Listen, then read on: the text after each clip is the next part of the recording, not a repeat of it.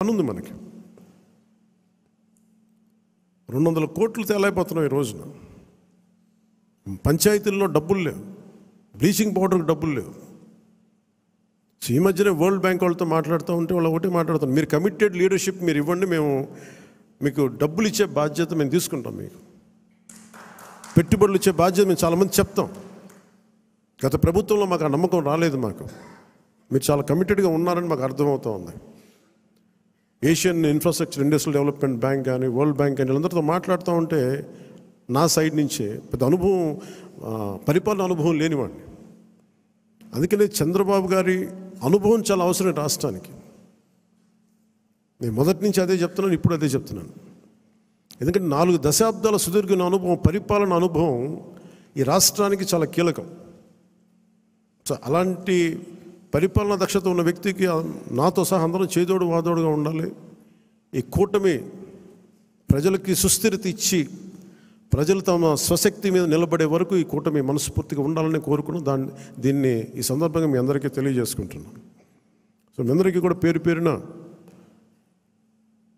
ఈ సమావేశానికి ఇచ్చేసినందుకు మీ అందరికీ ధన్యవాదాలు తెలుపుకుంటూ, అలాగే ఆర్ఫనేజ్ నుంచి వచ్చారని చెప్తా ఉన్నారు. Which orphanage star? అలాగే పార్టీ తరపు నుంచి ఎస్కేసిబి ఆర్ఫనేజ్ హోమ్ నుంచి వచ్చిన అవసరం SKCB orphanage home, shine orphanage home నుంచి వచ్చిన SKCB orphanage home Swarnalatha Pushpalatha గారికి, షైన్ ఆర్ఫనేజ్ హోమ్ సంధ్యారాణి గారికి, జి సంధ్యారాణి గారికి, ఎన్ సంధ్యారాణి గారికి మనస్ఫూర్తిగా మీ అందరికీ నా హృదయపూర్వక నమస్కారాలు. మిమ్మల్ని ఏదో నాకు నేను ఎప్పుడు ఏం అడిగానంటే, ఈ డబ్బులు వేస్ట్ అయిపోతూ ఉంటే నేను పూలు తెస్తూ ఉంటారు, అలాగే విగ్రహాలు ఒకటి తేవడం, ఇవి కూడా దయచేసి నేను దాన్ని డిస్కరేజ్ చేస్తూ ఉంటాను. ఈరోజు కాయగూరలు ఎందుకు చెప్పండి, కనీసం మనకి ఇచ్చేది ఏదైనా ఉంటే కనీసం కొద్దిమంది పిల్లలకి ఒక పూట తిండి అవుద్ది. మీరు కూడా ఏదైనా ఇవ్వాలనుకుంటే నాకు కూడా ఇవ్వక్కర్లేదు, దయచేసి డైరెక్ట్గా ఆర్ఫనేజెస్కి ఇవ్వండి. నాకు మాట చెప్పండి చాలు. మీకు పూలు గుర్తిద్దాం అనుకుంది వాళ్ళకి ఈ విధంగా 2,000 5,000 వాళ్ళకి మన అనాథాశ్రమాలకు ఇచ్చాం. లేదంటే డొక్కా సీతమ్మ క్యాంటీన్లకు, అన్న క్యాంటీన్స్కి మేము అక్కడ డొనేషన్గా ఇచ్చాం. 10 మంది భోజనం చేస్తారు. సో అలాగే నా తరపు నుంచి, పార్టీ తరపు నుంచి కూడా 2 ఆర్ఫనేజెస్కి ₹1,00,000 చొప్పున నేను ప్రకటిస్తున్నాను. మీ అందరూ నాకు ఉట్టి చేతులతో మిమ్మల్ని కూరగాయలు ఇచ్చి పంపించడం నాకు కొంచెం ఇబ్బందిగా ఉంది. అందుకని మనస్ఫూర్తిగా మీ ఆర్ఫనేజెస్కి చెక్ రాసి రెడీ చేయమని 1 lakh ఇచ్చి. సో మీ అందరికీ ధన్యవాదాలు తెలుపుకుంటూ, ఇది మీకు నాయకులందరికీ కూడా చెప్తాను, సరైన పదవులు. ఇప్పుడు నేను హరిప్రసాద్ గారిని ఎలా గుర్తించామో, కష్టం చేసిన వ్యక్తిని నేను ఎప్పుడు మర్చిపోను, గుర్తించను. నేను గుర్తించకుండా గుర్తిస్తాను. కాదు, మనకున్న పరిమితమైన అధికారం స్థానాల వల్ల కొంత మనం టీడీపీ తోటి, భారతీయ జనతా పార్టీ తోటి ప్రధానంగా మనం పంచుకోవాలి. కాబట్టి కొన్ని బ్యాలెన్స్ చేసుకోవాలి, అడ్జస్ట్ చేసుకోవాల్సినవి ఉంటాయి. అందరూ నన్ను చైర్మన్ పదవులు తప్ప ఎవరు తక్కువ అడగట్లేదు. దయచేసి అందరూ చైర్మన్లు కూడా నేను లేవు. TTD board member, TTD board chairman, అన్ని చైర్మన్లు అడుగుతూ ఉంటే నేను చంద్రబాబు గారి దగ్గర ఎలా తీసుకెళ్ళాలో తెలియట్లే. మరి మా పార్టీ సంగతి ఏంటి, ఆయన ఏంటంటే నేను ఏం చెప్పందని. కొంచెం పెద్ద మనసుతోటి నేను అందరికీ ఆ ఫెసిలిటేట్ చేయడానికి ప్రయత్నం చేస్తాను, మనందరికీ ఎవరైతే చేశారో. కాదు, ఇది పదవుల దగ్గర ఆగిపోవద్దు. మీకు నా గుండెల్లో స్థానం ఉంది, మేము మర్చిపోను. నేను కూడా ఇక్కడ దాకా వచ్చి నిలబడ్డాను అంటే, ఇప్పుడు ప్రధానమంత్రి గారు మన అందరూ అడుగుతున్నారు, మీరు పార్లమెంట్లో మీరు కూర్చొని క్యాబినెట్ ర్యాంక్ తీసేసుకోవచ్చు కదా.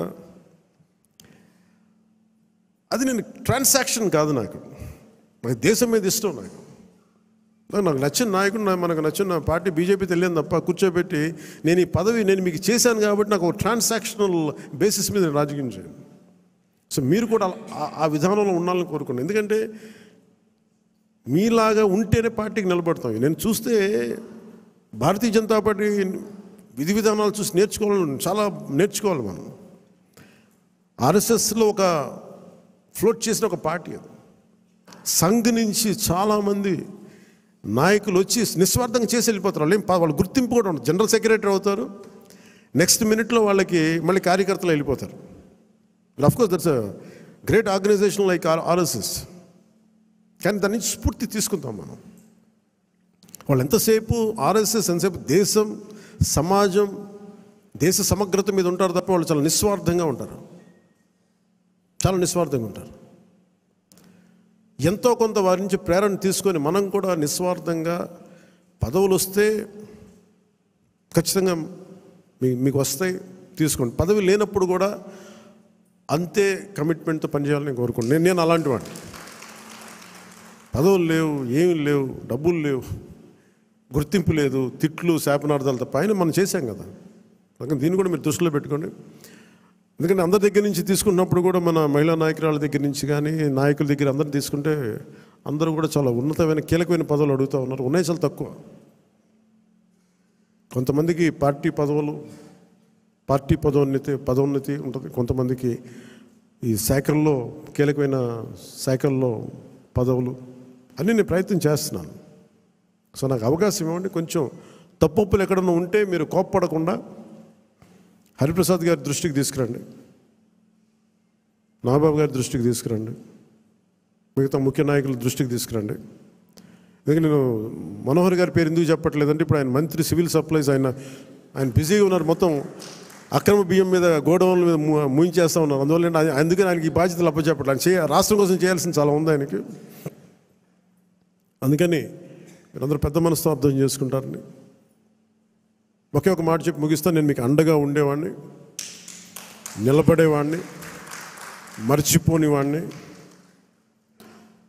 మీకు నెలకి కానీ 3 వారాలకు కానీ మీరు ఒక 2 వీక్స్ ముందు కానీ 3 వీక్స్ ముందే కనుక మీరు నన్ను కలవాలి అని అంటే ఖచ్చితంగా నేను కార్యకర్తల దగ్గర నుంచి పెద్ద నాయకుల దాకా అందరితో కలుస్తాను, మీతో కూర్చొని మాట్లాడతాను. కాదు నాకు సడన్గా వచ్చేస్తేనేమో నాకున్న దాంట్లో అందరిని అడ్జస్ట్ చేయలేకపోతాను. మీరు కొంత ఎజెండాను కూడా ఫిక్స్ చేసుకురండి. నాకున్న సమయం కూడా చాలా తక్కువ ఉంది. ఎందుకంటే ప్రధానమంత్రి గారి దగ్గరికి వెళ్ళినప్పుడు ఇంత చేసి నేను ఆయన దగ్గర ఎంత టైం తీసుకున్నాను, కరెక్ట్గా 60 సెకండ్ల టైం తీసుకున్నాను. 60 సెకండ్స్ అంతే, 60 seconds, less than a minute ఆయన కలిశాను. ఎందుకంటే ఆ స్థాయి అంత పని ఉన్న వ్యక్తులకి మనకు కావాలి ఇవ్వగలిగేదే మనం ఎక్కువ వాళ్ళ కాలాన్ని దుర్వినియోగం చేయకపోవడం. ఆయన మొహమాట పెడితే ఇంకో 5 నిమిషాలు కూర్చుంటారు.